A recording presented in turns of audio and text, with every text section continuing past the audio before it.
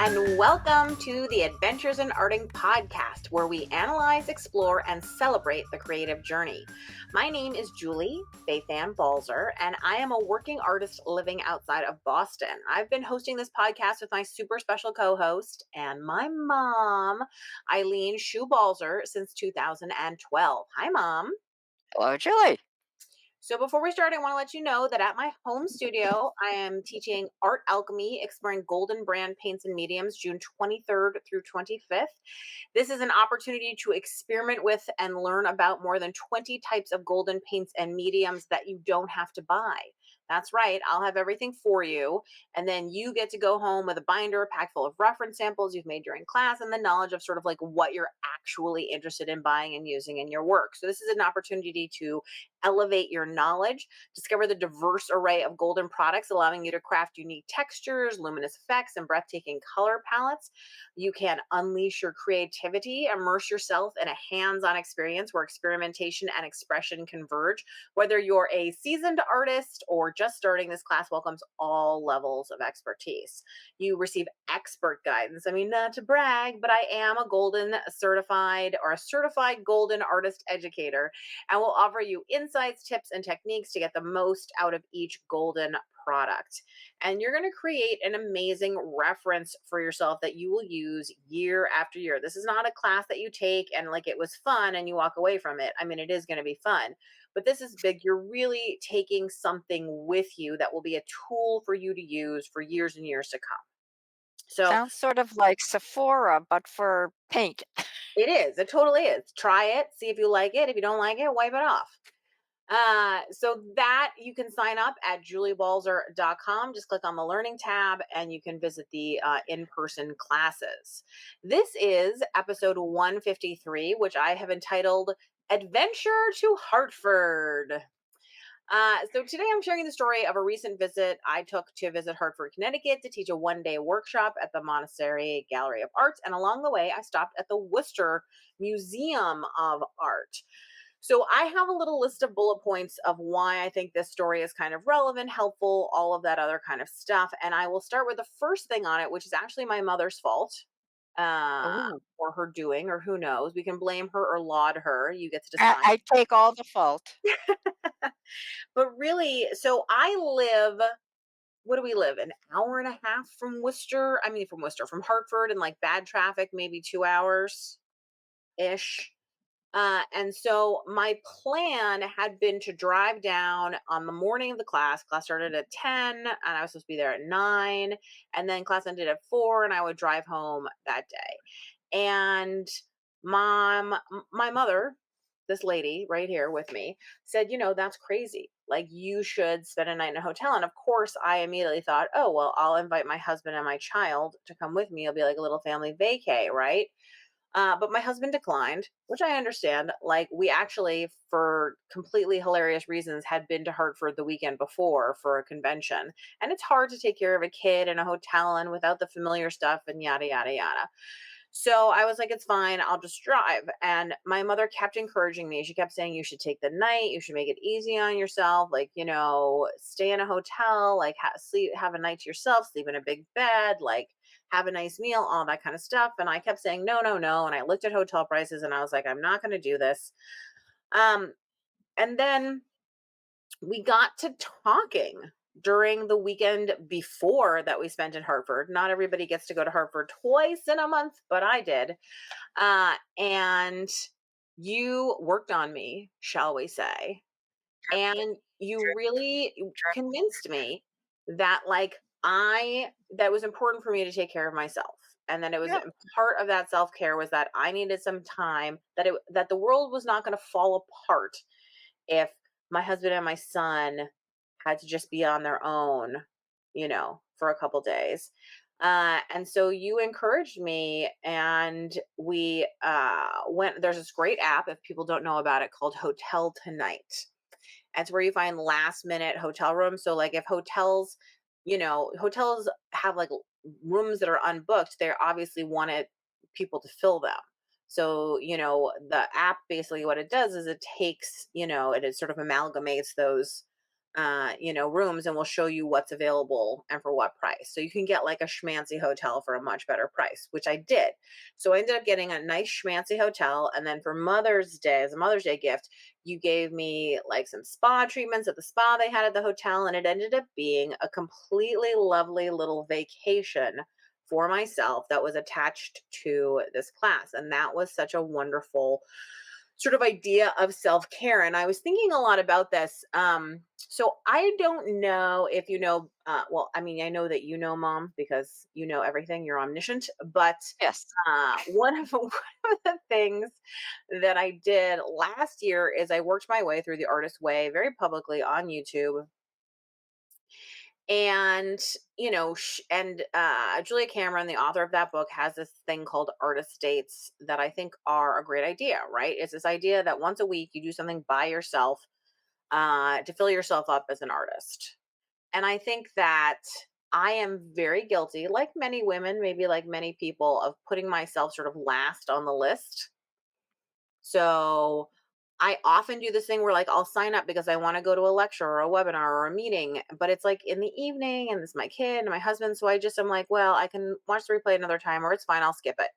I do that once or twice a week. I rarely, you know what I mean, make it to any of that stuff. And that's not great. Or like pre-baby, I used to go to museums like once a week, twice a week. I was out there doing things, and now never. So I was just, reminding myself about how important it is to fill yourself up as an artist by taking time for yourself. And it doesn't need to be like a 3-day adventure to Hartford. It can certainly be just an hour of time spent doing something, or a 20-minute walk around the block. And it was just a really good, like, it was a good reminder. So thank you for being such a nag and relentless in your The pursuit. moment I have lived for has arrived. You thanked me for nagging. What can I say? Thank you for nagging me so relentlessly. So one of the things I did to fill myself up is the Worcester Art Museum is between here and Hartford ish. So I decided to take a little side of a detour and go there because I haven't been, or if I have been, it's been a million years. And I have to say, when I checked in at the desk, like when you go in and you buy a ticket, the woman said to me, "Oh, so what brought you out?" First of all, I was used to like the MFA or something like that, where there was nobody there. I was like, okay, well, it's a weekday. I mean, who knows? And she's like, "Oh, what brings you here?" I said, "Well, I'm on my way to somewhere else." And she said, "Oh, we get a lot of that." And I was like, "That's really interesting for a museum, that the whole thing is like you're on your way to somewhere else, and you stop there." But anyway, so I would say I don't think I ran into any other like single visitors while I was there. The place was packed with school groups. Part of it may be that the art museum is under construction at the moment. There was a lot of stuff that was closed. There's a lot of stuff that was being constructed. They're sort of between, flashy exhibits, so to speak. And So there's basically like maybe two big takeaways that I'm going to take from the Worcester Art Museum. If you would like my 30-second review here, which is Please. one, I eavesdropped as much as I felt comfortable doing with the school groups. I will say the chaperones looked at me weirdly if I like hung around too much, which I was like, I get that. They're kids. You don't want me eavesdropping. But what I found really useful was they had, who I assume are docents or something from the museum, and the tidbits they give about the art do make it more interesting. They do make it more meaningful. They do point out things that you might have forgotten, stuff that's not in the wall text, things you might not have noticed. And I realized how much I missed having not just like the time spent looking at it, but the expertise of somebody to help me see it differently. I think that's something, for instance, like, what's the difference between working diligently by yourself and taking a class? I think the difference is if the teacher has a kind of expertise that can push you to do things you wouldn't do just working through it. It's the same thing like with coaching. Like, why would you have an art coach, when you can just do it yourself? And the answer is because you're looking for somebody who can just push you, force you past that step, who gives you that extra bit of expertise, information, something that opens it up for you. And so, an example I'll give you is there was a painting that I was happened to be looking at, and then the docent started talking about it. So then it wasn't weird that I was hanging around because I was there first looking at it. Uh, but in it, it was a portrait of the artist's two daughters, and I will try to put a picture of this in the show notes. It was a portrait of the artist's two daughters, and if you looked very closely in the background, you could see that a figure had been rubbed out, and he had placed the girl in a different position in the painting previously, right? And so one of the daughters had been somewhere else previously, and now she was in this other place, but the ghost was still there a little bit if you really looked. And I just thought it was an interesting detail that I might have not, in fact, I didn't see it, even though I was there first looking at it for a long time because it was a beautiful painting. Um, and it occurred to me that just like knowing that and seeing that will make me look for it now in other places for other kinds of ghosts. And it made me think differently about the process, of working on painting. And that despite the fact that there's this kind of myth, because some very famous artists have like sketches that look identical to their finished work, that somehow artists work it all out and know where the art is going to end at the end. This is one of the things that I hear so often from students is like, I know what I want it to look like at the end, or I'm upset that I don't know what I want it to look like at the end. And I think that the fact of the matter is, even photorealistic painters from the beginning of time have not exactly known where it was going to go. You have an idea, but then it might not work out like that, in real time. And I think that's kind of, I don't know, comforting, nice to be in good company with lots of people who are just trying to figure it out and who are okay with making, a change at the last minute, because that face was pretty finished that had been sort of wiped out. I found a lot images of mothers and sons in particular.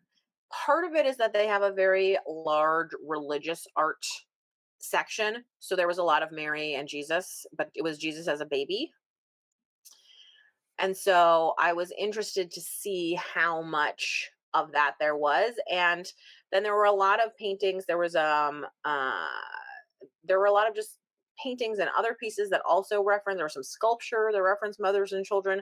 And I was thinking, I'm not sure I ever would have noticed that or taken that away as a theme if I haven't been in the midst of being a mother with a son. And I was reminded again how art can tell us stories about ourselves that we want to hear. Like we can take away what we want from the work. You can look at a collection of beautiful paintings of like Mary Cassatt, who very famously painted mothers and children, and one person walks in and feels overwhelmingly happy, comforted, buffeted by these beautiful, pictures of tender moments. Another person, feels desperately sad, and like this is a fake portrayal of what the relationship between a mother and a child is. Another person feel, you know what I mean? Like everybody brings their own stuff to it. And I think it again is this idea like, whether it's the museum experience or the exhibit experience or looking at a single piece of art, like you can't control people's reactions. Part of the process of making art is a letting go of what you've made and allowing other people to have conversations with it. So there you go. That's my Worcester Art Museum learnings. You've been to the museum before many years ago, right? Yes, but now they've also taken over, there's an armory museum, and they've taken that over, so there's a ton of armor. Did you peek at the armor, and did you have any response to it? So I saw some pictures of part of the renovation is they're building this whole armor wing, which is going to have like the way that it's all displayed. They had a little bit, but not a lot out. They did have a really cool, um, I guess it's a place that monks go, but it was like an entire room that had been transported there stone by stone from Europe. That was just like beautiful to see. I like old houses and stuff. So that for me was a nice moment, but it's not it's one of those museums where every time I was like, oh, I like this one, I'd walk into a room and be like, oh, this one's great. and you'd walk up and you'd be like, oh, because that's the one artist who I know in this, because that's the one like great art work by a great artist that they have, you know. Which I suppose I'm just gonna say, I guess it means my taste is excellent. Um, It's like always picking the most expensive thing from the it menu. is. It is, it is. No, it was really great to see like, all the different kind of stuff that they have. And I think like at smaller museums you do get to see different kinds of art. If you go to MoMA, it's greatest hits. Every painting is a painting you've read about. Every painting is an important painting. They've got more important paintings in their basement than most museums have in their entire collection, right? And even the MFA just has so much work that like is significant or matters, or like their collection of John Singer Sargents is insane, and like all that kind of stuff. But in these smaller museums, when you walk in, it's like still can see in that portrait room standing at the long end of the hallway and these eyes just looking at me. And I was like, this is an amazing portrait. And I felt myself drawn to it. And immediately, of course, it was a John Singer Sargent, portrait of this woman. And you just knew it because she looked at you and she came out of the frame. And I said to myself, as I found these beauties, there was like a Monet in a little impressionist room. There were, some other pieces where you were like, oh, I get why these artists have stood the test of time, because in a sea of paintings that are all technically beautiful, there's that, it's not the way the French use it, but there's that je ne sais quoi. There's that spark, that magic, that something that makes it more.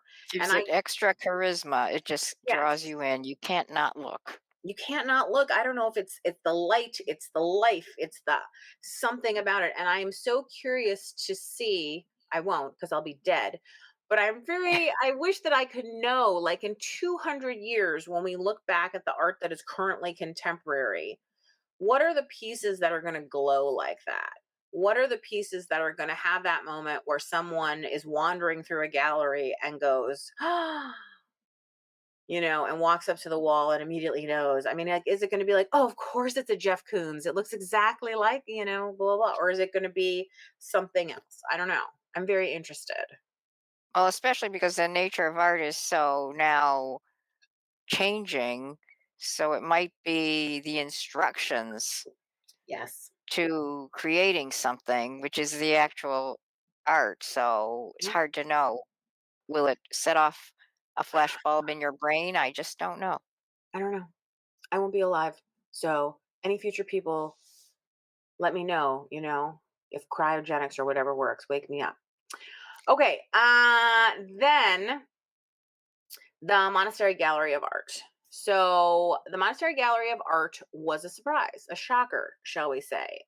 I sort of had That's looked at where their you were website. teaching. Yeah, it's where I was teaching, and I had looked around. But first of all, I got such beautiful weather. It was like that beginning of spring, warm in the sun, like perfect breeze, birds singing, blue skies. Like it could, I mean, I don't know how they could have gotten better weather. Not like burning hot, not freezing cold. It was just like literally, if I could order weather, that would be it. It was mwah, perfect. So it turns out the Monastery Gallery of Art is on 50 acres of wooded land. And it's And it was a beautiful. monastery, was it not, at one point in its Yes. life? Yes, Mhm. absolutely. And so they have statues. I am not Catholic, so I don't totally understand. They have various prayer related like statues and things, but they have a labyrinth that's meant for meditation. They have different like fields and paths, and some are wooded and some are paved, trying to accommodate a lot of people's different like abilities and needs. They have housing there. So like while we were there was 100-man retreat along with like a day study thing. And they have a dining hall. It's a very like it's a huge building, and it's sort of built in a higgledy piggledy way, which is to say it seems very much like there was an original building and then it got built onto, and then it got built onto. So it's like you got to walk the skyway to here, go up this elevator to go down that elevator to go around that staircase. You know what I mean? It's one of those kind of buildings that feels like it just sort of came over time. And when I was commenting to one of the women who ran the workshop, I was like, "Oh, it's such a beautiful spot," and blah blah. She said, and she was explaining because she's very familiar with it, and she was like, "Oh yes," and of course the building called the Center Building is actually at the edge of the property. It's not in the center, but it's called the Center Building. So we have people tell you to go to the center, you're actually at the edge of the property, and like there's just it's one of those places that I feel like has a lot of history. Inside the building, something I appreciated is that they had all these quotes on the wall. I know you're not a quote person. Um, and at first, I sort of was not paying attention to the text, expecting it to be, something about, Jesus sins, blah, blah, blah, blah, which is not totally up my alley. Um, but so many of the quotes were just really perfect for the spaces that they were in. And I mentioned this to one of the women, again, who was had been organizing, and she was like, "Oh yes, Father, I forget his name, is really good at picking quotes." So for instance, right by the art gallery, there's a quote from Pope Francis, and it reads, "Beauty under the care of artists has the ability to transform even the everyday lives of men and women," which I thought was perfect for that space. um and then in the room that we were in, let's see if I can find where I have stashed that quote. Um, Apparently I cannot. Oh, here it is. May the nourishment we receive enliven us to become nourishment for the world. And I thought that's perfect for a class, you know? And so I appreciated that. I felt like the space was really conducive to getting you in the headspace for learning, between the beauty of the outside and the thoughtful way that the rooms, had been thought of, and it just felt very nice. Um, but the things that like I think I enjoyed the most were when I'm teaching in person, I can see when you're doing something that's not helpful to you achieving the result that you want, right? When I'm teaching like a pre-recorded class, I can't see anything. When I'm teaching on Zoom, I'm sort of looking at the top of your head, or maybe your face, or sometimes your chin, or maybe nothing at all. And so I'm having to guess where your mistakes are. So I loved being able to be like, "Oh, this is the problem you're having. This is the problem you're like." It was so easy to point it out. And similarly to that, like I loved the ability to have side conversations, to have a little chat about where somebody's from, or what they're thinking about, or the house that they're working on, or, look at this cool art supply you brought, or look at your beautiful collage paper, all that kind of stuff. And it was also fun. Like one woman brought her sister and her niece who were visiting from the Netherlands, and that was great. And it was really felt like community. It was wonderful to see people. A number of the students mentioned very particularly how nice it was to take a class in person.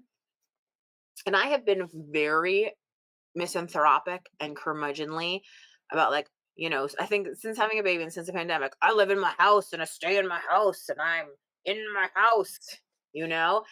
And it was great to be social. It was great to see other humans and commune with them in a real way. Like I don't know if it's the older I get or the whatever, but I see how much community matters, changes things, brings you happiness, all of those kinds of things. So it was a fantastic adventure to Hartford on so many levels.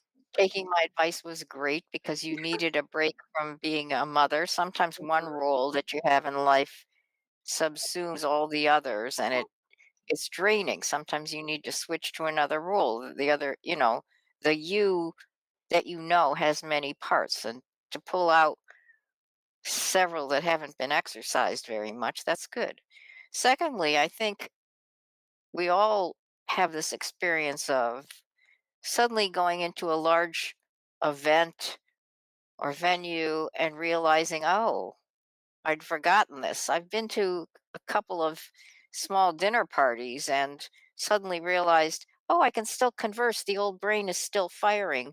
Uh, and we can have lots of good conversations that aren't business, or that aren't Are you there?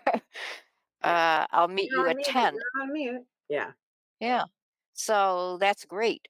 And it reminds me that speaking, conversing is that conversational thing is exercise for your brain, just like exercising your muscles so your body doesn't atrophy. If you don't exercise your conversational abilities, they kind of get flabby. So I like that very much. And I think what's important is that when people go to a class, they can't control everything.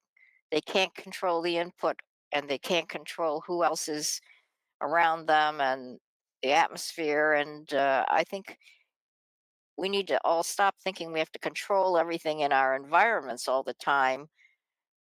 I think that's a product partly of quarantining during the pandemic. So you could arrange your refrigerator exactly the way you wanted it.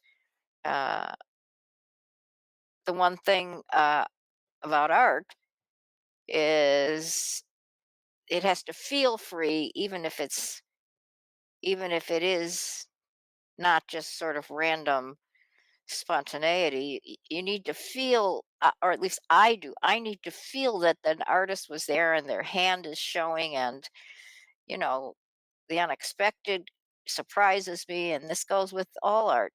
Could be music, could be dance, could be theater, could be any kind of creativity, a poem. Uh, I like not knowing in advance that everything is just locked down. And I Yeah. think that's what you get from a live class Hmm. where you are present physically. Well, there it's the whole thing about I've said this before, like about when I used to do research in college, I just would need to find one book in the card catalog, and then I would go to that section and you'd accidentally bump into other things that were you Right. wouldn't have known to go looking for, but that were really great for whatever topic you were researching. And I think like that's the same thing that happens when you're in person with people, which is you have that accidental conversation, that accidental looking over their shoulder, seeing what they're using, that accidental, oh, you're from the same place, that I am kind of thing. I mean, there's just so many serendipitous little moments, and I loved it. I loved every minute of it. So they invited me to come back next year. So in 2025, I even know the date, April 6th, I'm going to teach a multi-day 4-day workshop there, and people will have the option to stay over at the monastery, which I think is neat because you're there, you're on campus, and it's such a beautiful place. And I'm figuring out right now as I'm writing the description how to incorporate nature and the wonderful grounds that they have there into the class. So I think it's going to be taking a lot of inspiration from nature and moving it through into how we make art from that. So I'm excited about that and really looking forward to it. It's given me another little mini vacay, a working vacay to plan for, which is exciting too. Just one last word about serendipity. There are all these grocery uh, delivery companies, and I understand why a lot of people would want to use them. It saves them a lot of trouble. Hmm. But I don't like it because I like to go to the store and maybe I'll see a fruit that looks particularly good or better than the one I would have ordered. I'll find something on a shelf that I didn't know existed and decide to try it. I like to actually physically look at the things. Hmm. So that's why I never use them. I agree. It's hard to discover things when you're doing such pinpoint, shopping. And I think that's true of a lot of I mean, this is the argument that people have about like online dating and stuff, which is instead of just sort of meeting people, you now have a list of 1,000 screening questions. And it's funny because Steve, my husband, and I did meet online. But he probably didn't fit a lot of my screening questions. I just, it was all a mistake, let's put it that way, that we ended up having our first date, and it's a good thing. It's a good thing, and I think that there are lots of reasons to accidentally bump into things. I love going to the art supply store instead I of was just going to say, didn't somebody say that part of being an artist is, in fact, browsing art supplies? Mm-hmm. I mean, I can spend an hour in like a tiny art supply store. I can spend a day in like a Blick or something like that because you want to look at everything. And I mean, this is actually part of the reason that the class that I talked about at the beginning of the show came up is because I was like, and when I'm in the art supply store, I just want to try everything. Like, I don't want to have to pay $25 for each bottle of whatever and take it home. I just want to try it, see what it does, and figure out if I want it or not after that, you know? And so I was like, oh, well, I could teach a class like that where we all get to just try it. So I'm Not excited. only trying it, but having someone tell you some of the ways it could be used and Yes. things it could be used with. Hmm. Makes it so much easier. It's back to that expert guidance like a docent at the museum, which I appreciate. Okay, so listen, Practical Colors for Painters is ongoing. People are joining class every week, so don't be shy. Color is a foundational part of making art, so you can join me for a wonderful interactive workshop that breaks all of the complicated ideas down into simple and practical lessons. And that you can find at balzerdesigns.com. Any last thoughts before we get out of here, Mom? No, but I mean, aren't you going to regret if you stay at the monastery that you're not staying in that hotel? That was Oh, a because it great was so experience. schmancy. It was a very nice schmancy hotel. There was a chocolate on my pillow at night. I may, but you know what? I think the grounds make up for it. It'll be nice. I actually find that would never call myself like an outdoor or nature person, but I have definitely can see that almost everything I make is inspired by some kind of natural elements. So I think it'll be good for me to be in nature. If you want to connect and be in nature too, or if you just want to regular connect, you can find me at juliebalzer.com or all over social media as at Balzer Designs. Please do sign up for the free weekly newsletter. That's the best way to make sure that you keep up on the latest news. There's a big button on the homepage of juliebalzer.com where you can do that, or you can go to the show page for this podcast to find the link. And if you'd like to help the show, you can leave a review, mention us on social media, or tell a friend. All of those things help other people find the show. So thank you so much for listening and for subscribing. We'll see you the next time on the Adventures in Arting podcast. Bye.